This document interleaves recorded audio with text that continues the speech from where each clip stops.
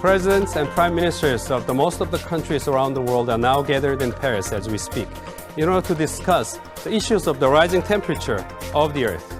UNFCCC COP21 it is called, and what it means is Conference of the Parties, 21st one of it for the United Nations Framework Convention on Climate Change.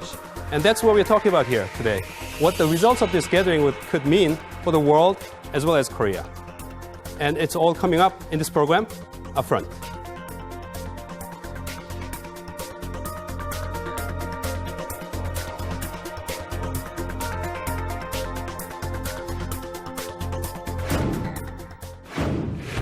Leaders from around the world have gathered in Paris, France.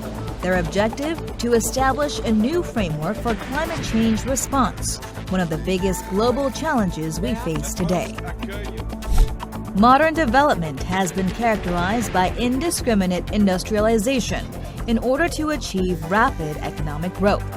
Fossil fuel consumption is rising, while more forests are being destroyed, leading to rising greenhouse gas levels. As a result, the global warming and climate change has become a severe threat. As global temperature rises, ice caps are melting, raising the sea level. The survival of humanity is under threat. Already, natural disasters like drought and floods are causing damage around the world. The UN Framework Convention on Climate Change, or UNFCCC, was established for the international community to seek solutions for this man-made risk. The UNFCCC was first adopted at the UN Conference on Environment and Development, or Rio de Janeiro Earth Summit held in Brazil. It created a framework for national to regulate greenhouse gas emissions. Leaders from around the world have been meeting under the Annual Conference of Parties, or COP, to discuss the implementation of the Climate Change Agreement. At the third session of the Conference of Parties to the UNFCCC held in Kyoto, the Kyoto Protocol was adopted, which defined emission reduction quotas for advanced nations. However, its effectiveness was put into question, as China was exempt as a developing country, while major greenhouse gas producers such as the US and Japan refused its terms. Kyoto Protocol is set to expire in 2020. At COP21, currently taking place in Paris, a new climate change framework is expected to be established. Upfront discusses the COP21 and strategies for the new climate change framework. We will move on. Before we move on, however, we will connect with an expert. Actually, this expert is participating in this COP21 in Paris as we speak. So we will talk to him. We will connect him through our network here. The expert's name is Professor John Byrne. He is a distinguished professor at the University of Delaware. I understand, is participating at COP21 in the capacity as a chairman of this Foundation for Renewable Energy and Environment. Thank you very much, Mr. Byrne, Professor Byrne, for joining us. My pleasure. Okay, first question. We've been discussing in this panel about the key issues that may stick in terms of in their discussion in Paris at this point. What's your overall outlook for this kind of contentious issues being sorted out? What do you see ahead here? So the Paris meetings are producing the accord that we need for international action.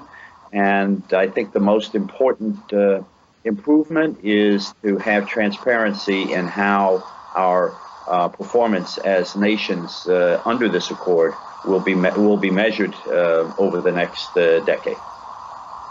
Professor Byrne, I understand that you are working with your organization, Foundation for Renewable Energy and Environment, that is working with the city of Seoul in terms of creating joint project here. And what are some of the key points of this joint venture? Please tell us. Two measures are being discussed in particular. The city can provide leadership to its citizens and businesses by introducing much more efficient energy technologies in its own buildings. So we are discussing a public sector-oriented project.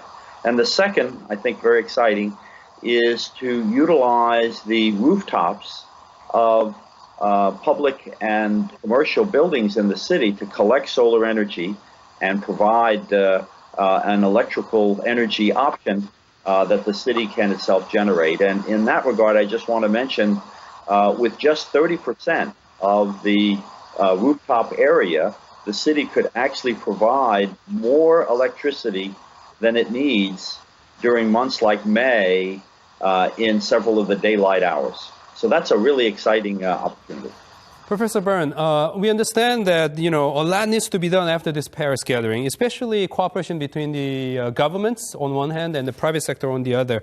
So what are some of your advice, for instance, to the industries, maybe perhaps to Korea, as well as industries around the world in terms of what they will have to do to deal with the aftermath or the result of this Paris conference?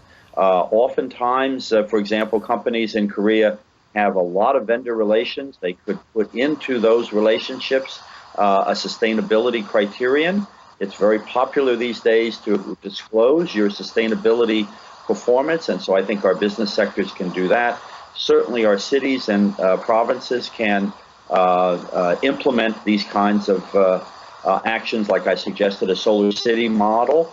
And I think our citizens, most importantly, are the real determinant, because if they support not only in their own individual activities, but also through their political support, we can really make progress in a significant way.